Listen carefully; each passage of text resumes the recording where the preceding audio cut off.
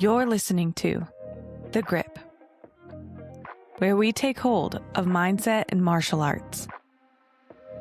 Now, let's get started. Welcome back to The Grip. Today we're diving into one of our special mini episodes where we mix things up with a few fast-paced segments. We'll kick things off with Grip and Go, a round of rapid-fire questions to loosen things up and to get to know our guest in a fun way. Then we'll move into Roll Call, where I bring in questions straight from you, our listeners and audience. That way the guest can tackle what's on your mind. And to wrap it all up, we'll finish with Word into Wisdom. In this segment, the guest picks a number between 1 and 100. That number ties to a word from the nice list, which can be motivational and uplifting terms, and the naughty list, the gritty, tough, and sometimes challenging words. Once revealed, the guest unpacks the word, sharing their personal definition and how it's shown up in their life or martial arts journey, and what wisdom they take from it. That's it. 3 rounds, 1 conversation. Let's get into it.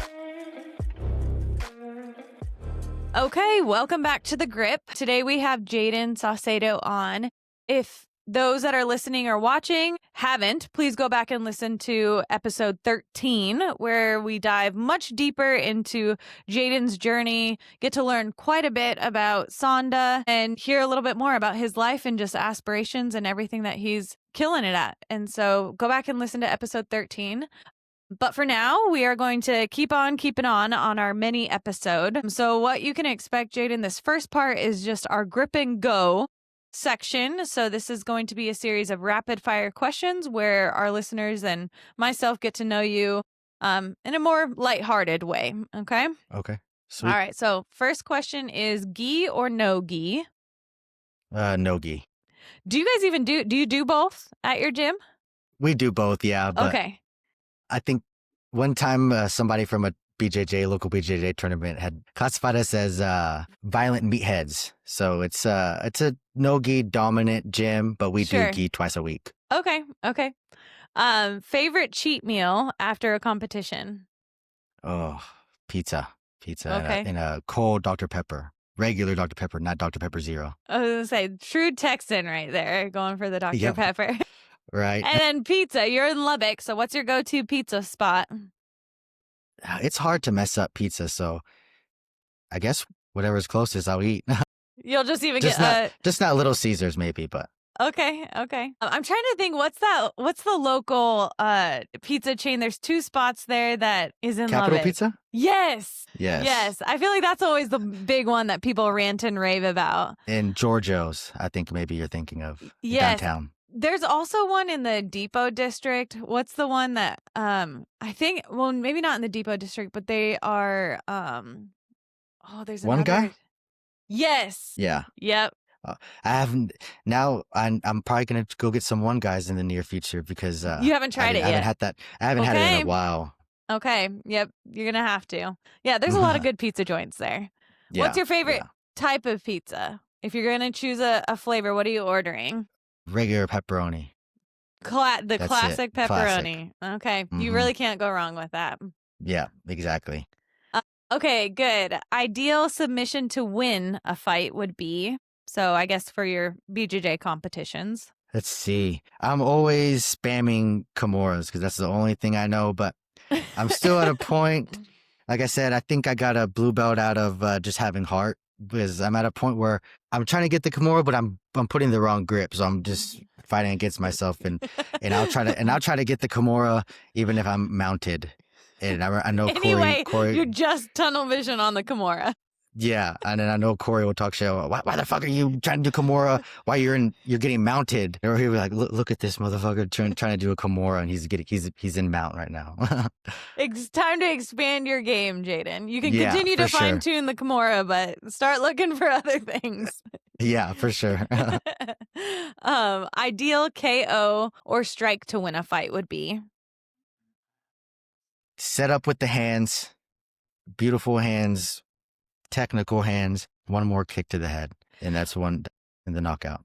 How often are you guys seeing knockouts in Sonda? Man, if you go back and watch the first day of that Brazil World Tournament, there was knockout after knockout after Really? knockout. Yeah, China knocked out, I think it was Morocco, and that was a brutal knockout.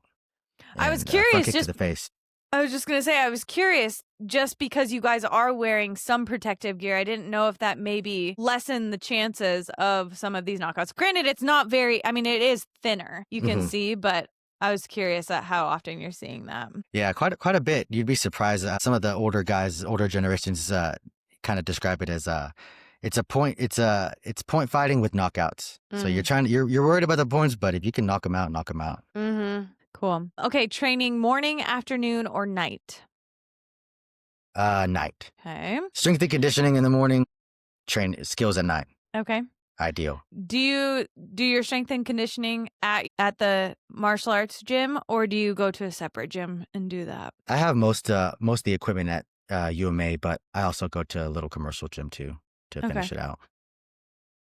If you could train with any martial artist, alive or dead, it would be George St. Pierre.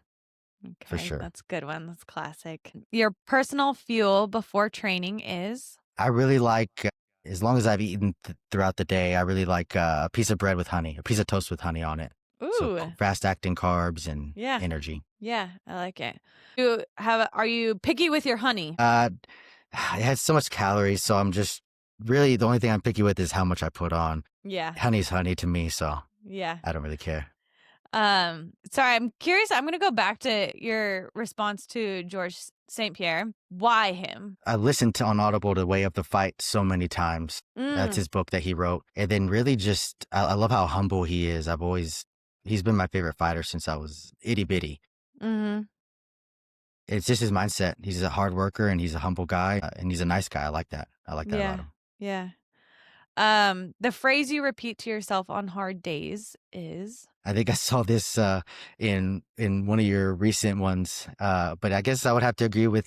I can't remember his name, but don't be a bitch. I mean, I say that quite often, especially during a fight camp. yeah. It's so relatable. I Yeah, really do love it, and it's cut and clean. You don't really need much else. yeah. You don't gotta think about it. Just don't be a bitch. Yeah. A wellness habit you wish you started sooner is Journaling and meditation.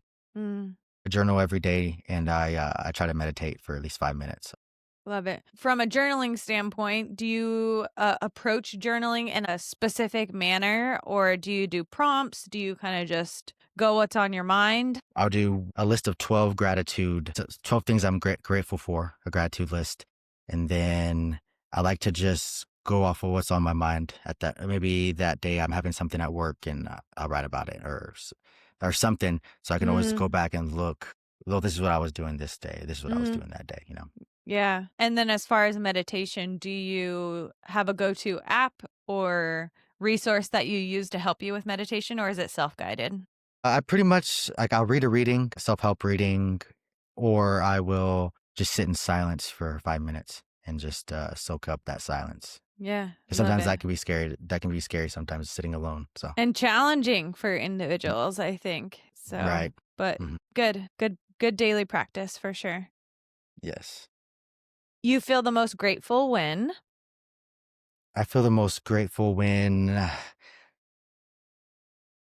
I do something hard and all my hard work, everybody that helped me get to that point, are the reasons that it came into fruition. Because nothing happens out of nothing. You have to have the right people with you, the right mindset, and the right work tactics to get to that point. So it's very grateful feeling once I get to that.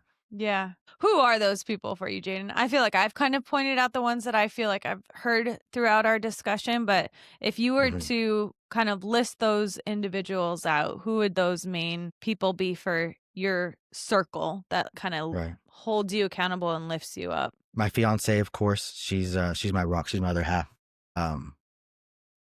And my mom, we've always been very close. It's always been me and her, and then my grandparents. It's always been me, my mom, my grandparents from the moment I was born to now. So this is my fiance, my mom and grandparents are my immediate support system that I that I always confide in. And then, my gym family, like walking around the gym is like walking around in my house. It's a second home for me. So Mm-hmm. there, I have Bruce. He's like a brother to me. Corey's also like a big brother to me. And then Coach was a father figure to me in these last 4 years, teaching me things that I feel like I could have gotten from a father if I had one. Mm-hmm. He taught me a lot of that. Um, Yeah. you know, just resilience and stuff like that. Yeah. How did because clearly your fiance seeing you compete and fight was probably a little bit easier for her than other um, people who are in a relationship because she understood the fight game and Hmm. understood the background of martial arts. How did your mom and grandparents take it when you first transitioned into martial arts? It was very hard, especially for my mom. I remember that one fight I did in a cage. I fought a dude that he lied about his resume. He uh he had 9 MMA fights, amateur MMA fights, but this was kickboxing in the cage. He's never done kickboxing in the cage, so he was a debut just like me. But I remember looking at that dude's eyes and it was like, oh my God, this guy. And nobody's ever looked at me like that before. And it was 20 seconds before the round was ending and he kicked me in the liver and I had never gotten liver shotted before.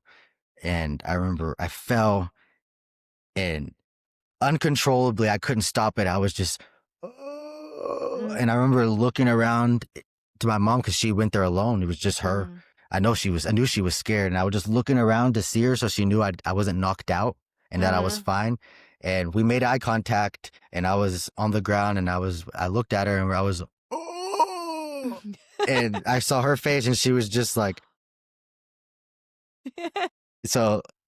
Yeah, it was after that, my mom was like, I think that kind of eased everything else after that for me. So, She went through it from the beginning, and then it's like, yep, okay, it can't get much worse than that, I guess, besides seeing right. your kid get knocked out or something. But I'm sure she's seen a lot of growth in you and just maturity through the practice as well. And Yeah, so for sure. I'm sure it For doesn't sure. get any easier to an extent, though, for a parent in general. I would Yeah. imagine it's kind of tough. Yeah.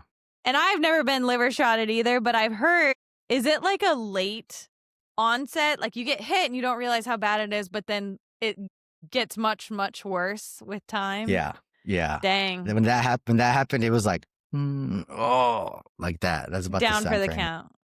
Dang. Wild. Well, that's great. It sounds like you got a really good team around you, so that's what For counts. sure. For sure. Okay, last question for our Grip and Go series is the best advice you've ever received was? Probably this was advice from my mom about school because I fought school for so long. It doesn't matter what you do in those 4 years, the 4 years is going to pass no matter what. Whether you go in school or whether you just stay stagnant and do the same thing you're doing. That advice, I think about that in other parts of my life too. You can put your all into this fight camp or you can be scared to put your all, whether it's scared of fear of failure, fear of feeling that pain of pushing yourself, whatever. But you're going to get through those 8 weeks no matter what. And you're going to go and step in a ring and fight no matter what. So you might as well push yourself. Just like in 4 years, I'm either going to have a degree and have a job that I'm passionate about, or I'm going to be delivering vapes. It's my choice. Right.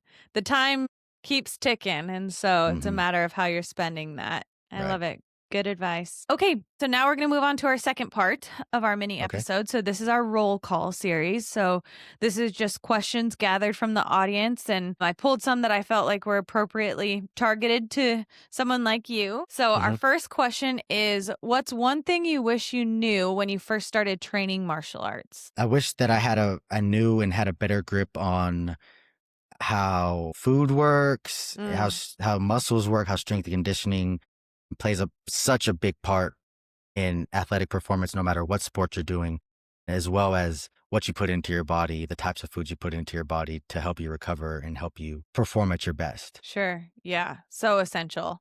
And it's crazy Hmm. even how much we're learning today between Yeah. supplements, different types of nutrition, the level of Mhm. strength training, and the different ways that you can support your body through that. So, yeah, very Yeah, good. for sure. how do you balance training multiple arts without burning out? I always when it comes to striking, it's very easy to burn out. I mean, I feel like at most gyms, there's a high turnover rate on guys that come in and say they want to fight and say they want to strike. And then whether it's 2 months or 2 years, sometimes a lot of them fizzle out. And I think that's just because they get burnt out. And I think my mindset on that is for BJJ, I always keep it light. I keep it fun. It's not my main sport. So I try to keep that as fun as I can. So that's always somewhere I can go when I am feeling a little burnt out from striking or whatever. Yeah. But when it comes to striking, it's just like like I've said before in this podcast, willing to do it. And sometimes if you're getting burnt out, it don't fucking matter. You got to do these things, or you can choose to not do these things and then go and get your ass kicked. Mm-hmm. For me, when it comes to striking, when people come to me and tell me I'm just getting burnt out with this, but what do you want to fight? And if they answer yes, then it's like, it don't really fucking matter how you're feeling about it. You got to do these things, Mm-hmm. So, Yeah. or don't fight, Yeah. Yeah. I like it. It takes somebody to have that mindset too. And those real conversations, like you were saying before, and Mhm. self-reflection and just knowing like sometimes it's not going to be fun, but in the end, losing is not fun either. And so, yeah. What does a typical fight camp look like for you? I try to, if I'm in a fight camp, I try to get there an hour early, before class, even if I don't have a whole lot of weight to cut, just to get move around. It helps me mentally. It makes me feel like I'm one step ahead. If I'm there, if I'm just showing up, if class starts at 6 and I'm getting there at 5:55, it doesn't feel right to me. Mm. I have to be moving around for an hour before that. It makes me feel like I'm getting the most out of my work, most out of the gym. Even if it is just shadow boxing or jump roping or maybe just pedaling on the bike or watching the kids class, something to be there early Mm-hmm. really helps me. And then just after that, turning my brain off and just getting the work done. Whatever's on the agenda, whatever Coach Bruce, Corey, Coach Lee have on the thing for that day, just do that and do it with an attitude of like I put myself in a situation like I'm across from China. Mm-hmm. Even if I could be sparring somebody brand new and without hurting them, I can put myself in a situation, put myself in that, have that imagination to push myself in that way. Yeah. And because you're not having necessarily multiple fight camps a year, like I think of some of these MMA fighters that might be fighting 3, maybe 4 times a year. That's a lot. But, they shift quite a bit and have a very strict kind of fight camp timeline. Because you're experienced, Jayden, you might have nationals where you're going to be leading up to that and then potentially worlds. What's your kind of time crunch like when do you guys do a typical like 8-week? You're getting about 8 weeks out, then we really start to buckle down, or what does that time frame look like for you guys? 8 weeks out, ideally, is when we start it. Ease into it. You can start everything slow and get your feet wet. And then around 6 weeks is when it starts ramping up, and then you kind of get into that mindset of, oh, this kind of fucking sucks. I don't feel like going to the gym today. All the mental stuff comes in around 6 weeks. Okay. And then as you get close to, let's say, the week of, how intense are you going by that point? Are you starting to lighten up a little bit? Or what's your training style like with you and your coaches as you get into, let's say, 2 weeks or within that week of, I'm about to go out and fight? Right. So everything, later than a week is everything's on the bell kind of, you're doing 3 threes, sparring, a break, another 3 threes, a break, another 3 threes. Everything's on a timeline like that. You're doing this many condition rounds. You're doing this many whatever. Everything's off the number. And then that last week isn't off the number anymore. It's more, we're going to still spar. We're still going to do these things, move around, go maybe a little lighter than we have been. But, just moving around, getting the feeling. And then after that, really then that's the last week for me. I usually have I start that week around 8 pounds over, or these last couple fights, about 8 pounds over, cut my sodium and take down my sugars and carbs and manipulate my macros and diet. And then then it's just weight cut after that. Sure. What does a safe and healthy weight cut look like? And any tips for beginners? So you've clearly reached out and had some coaching and mentorship. What are your thoughts now? I mean, you're still utilizing this coach, it sounds like. So you kind of already explained the safe and healthy weight and how that looks for you, but any tips that you have for beginners now that maybe can't afford seeking out professional help? I would say you'd be surprised how many foods that you like you can fit into your diet the whole camp. Maybe not the week of if you're a little over on weight, but for the most part, you can eat chicken nuggets. You can eat even fries if you can portion control. You really look at the macros and you do the serving sizes. You can fit all kinds of things into your diet. So stick to that. Stick to what you know. You don't have to, okay, I'm in a fight camp. I'm just eating salad and tuna 3 meals a day. That's not, you can't do that. And that just leads to, once you make weight, you'll feel like shit and then you'll binge after. So then you're constantly, I made weight, going back up, going back down, going back up. And, and that, I think I blame a lot of my injuries to doing that, big weight cuts. So it's been always blowing back up. And find the foods you like and look up how much protein you should have, I think. And that's about the advice I have. Just keep it simple. Keep it super simple. Yeah. What's the hardest part about competing at the world level? For my sport, it is definitely when you're planning a weight cut off of everyday weigh-in, it's different versus just one day weigh-in. So the hardest part in my sport at the world level is just preparing for everyday weigh-ins. You got to know ahead of time, like, I have a portable sauna that I was going to have to pay to ship to Brazil so I can make sure I make weight and stuff. And if you don't want to do that, then you have to make sure that you can put a sauna suit on and make the weight that way. So for me, it's just the planning for the weight cut and having the mental toughness to weigh in every day, cut 4 or 5 pounds a night and weigh in, How would you describe your personal fighting style? I think it is, I try to be a technician as much as I can, but when in doubt, I'll bite my mouthpiece and I'll never shy away from a little bang Brawl. fest. Yeah, a little brawl. Yeah. Yeah, I try to fight as much like a Mexican as I can fight, And is that your roots? Yeah. A Mexican American. How has your coaches kind of helped shape your fighting style? Because it sounds like it's really important for the sport of sauna to listen to your coaches, especially because of how technical and fast-paced the point systems are. Right. And it really sounds like your relationship has kind of evolved and grown with the coaches that you have today. Are there times where they have to kind of rein you in or what? I mean, how would you feel like those dynamics are between you guys? I would say Coach Lee can make a game plan for me in 5 minutes.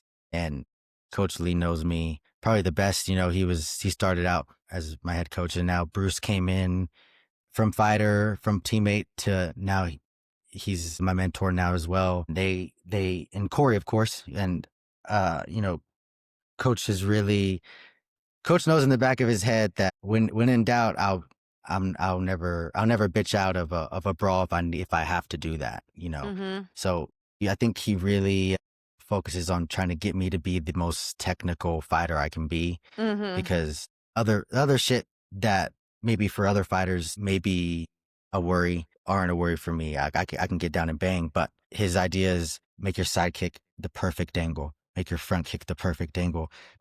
I could be throwing a 1-2 and I think it's good. You're coming out too much. Come more this way. So I'll try to be as technical as I possibly can. And I think that's their game plan with me is make me as technical as I can be. Because the other mental stuff, I think I have that down pretty much. Yeah. So really fine tuning your skill set then. I like it. How did you stay motivated while recovering from an injury? Sounds like you've had this a couple times. I'll be honest and transparent with my bicep tear. It was not good. Yeah. Until I got cleared, I got with a coach that helped me. Then I rehabbed the things that, were repercussions of my surgery. I would say this last time, because whenever you have an injury and you're out, it's so easy to be like, well, I can't do that, so I'll just watch, or I can't do that, so I'll just box today. It's so easy to get in those whirlwinds and then eventually where you don't have the motivation to train. And so just, like I said earlier, just being honest with myself and be willing to try to do as much as I can in the safest way possible and don't shy away from it because I'm hurt, Yeah. What advice would you give someone who's scared to try their first martial arts class? I would say there's no reason to be scared. If you go to the right gym, you do your research on the gym, and you feel like it may be a good fit for you. There will never be a gym. I mean, I'm sure there is out there, but if you do your research, there shouldn't be a gym where you go and everybody tries to kick your ass unless you're asking for it, unless you're being cocky. If you go in there humble, they're gonna work with you. And there's no reason to be scared of something that could totally change your perception on life and how you handle things. And you don't even have to fight to be gifted those things. You could go 2 days a week, and you could tell the coaches, I don't want to get hit in the face. I just want to train. I want to learn a new skill. They'll work with you.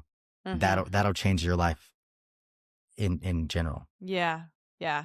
And I think no matter what martial arts avenue you go in, I think that what you said speaks to that. And so, yeah. What's the biggest misconception people have about you as a fighter? I don't know. I guess you'd have to ask them. I think that man, I'm trying to think here. I'm not too sure. I'm really not too sure. I think I've had a lot of people that just started at the gym come up to me once they get to know me, and I thought you were an asshole. I thought you're always so serious, and I guess maybe the misconception is that I'm always serious and I'm always like right right to the goal, head on the goal. You know, it's not always like that. You can ask my fiance. I'm super silly. I'm like a kid, and I'm not always like always focused on doing what I got to do. Sometimes, I can let loose. Yeah. Well, and I think something that you, again, from somebody that I'm just meeting you today officially, I think you're a clear example of being vulnerable and being comfortable sharing some of the emotions or psychological challenges that come with the sport. I think sometimes as an outsider, a lot of people might think, oh, you have to be really tough and just kind of this like go-getter to be a fighter, which you do.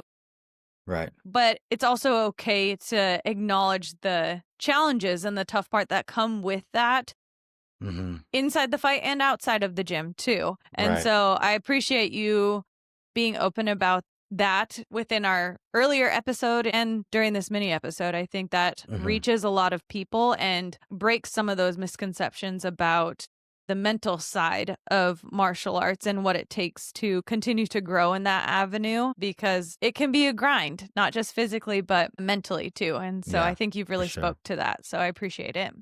Yes, ma'am. Yes, ma'am. Okay, last question from our audience is, what's one moment in your journey that changed you the most? Man, I think that would have to be, I revert a lot back to this tournament, but it was definitely the 2023 World Tournament after I beat Romania that first time. In my head, that wasn't supposed to happen. It wasn't supposed to, after only 2 years of training and going in there and winning and putting on a really good performance, technical performance. What really resonated with me was, man, like this camp sucked. The camp was horrible. Like I was tired all the time. It was physically and mentally exhausting. And then getting my hand raised and, all the congratulations, all the hype around it really made me realize, what you put in is what you're going to get out, and translating that to other parts of my life, and yeah. I love that.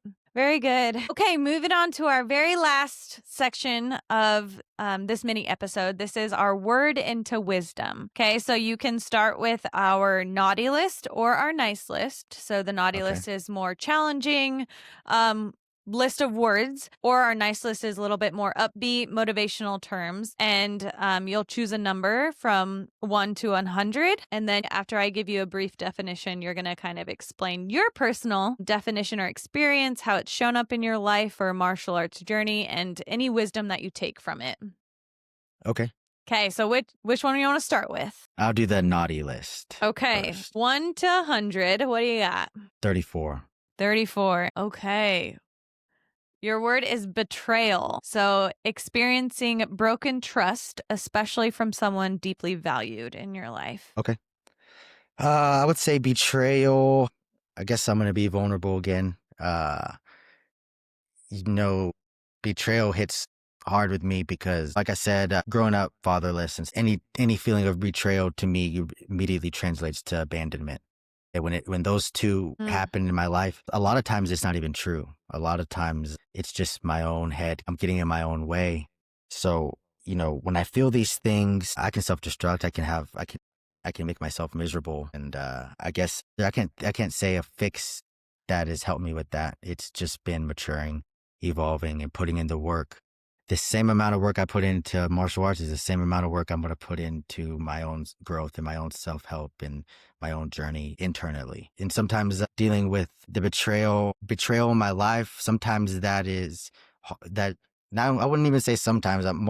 Every single time that's harder than going in and getting beat up or going and doing hard rounds. Or sometimes dealing with my own head is the hardest part. Mm-hmm. Yeah. And I think a lot of people can probably relate to that because, even the word betrayal comes with strong emotions. And so for those that have felt some level of betrayal in their life, it's hard to shift, right? But we can't. Right. We know that we can't sit in that negativity. And so to have some sort of healthy avenue to continue to build or move forward or not let that define you, I think that's a great spin that you put on it. For sure. So good. Yes, ma'am. Okay, well, let's move on to our nice list then. Okay. So again, 1 to 100. Let's do 48. 48. Okay, your word is win. So to Win. succeed or gain victory. So Okay. your personal definition, how it's shown up in your life, any wisdom that you take from the term win or winning.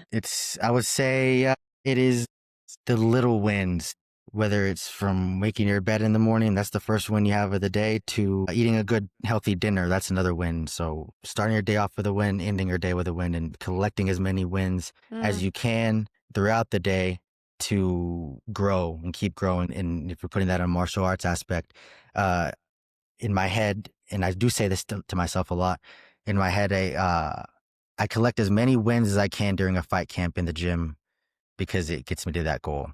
Because if you can collect more wins than losses, then you're doing the right thing. I love it. So good. Such a great way to end off the episode. Yes, ma'am. Jayden, you have been a joy.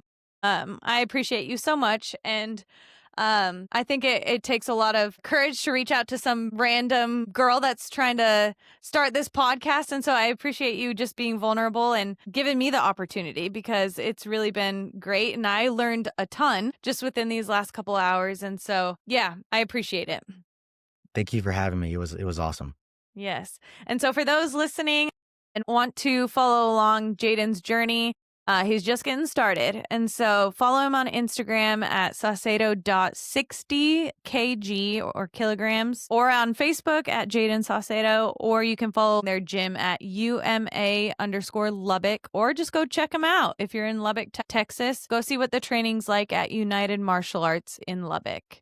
Jayden, I appreciate it. Thank you for your time. And I'm going to be following along. I think I'm now a new fan of Sonda. I have a lot to learn, but thank you for opening my eyes and hopefully a lot of other people that are watching or listening. I look forward to see where the sport's going to go in the next few years. And you're starting that journey and helping pave the way. So appreciate you. Awesome. Yes, ma'am. Yes, ma'am. Thanks for listening to The Grip. If you enjoyed today's episode, be sure to follow or subscribe wherever you get your podcasts. You can also follow along on Instagram at The Grip Pod to stay up to date on new episodes. That way you can send over a DM if you've got a question you'd like to hear answered on our roll call series. Now remember, stay sharp, be grounded, and never lose your grip. See you next time.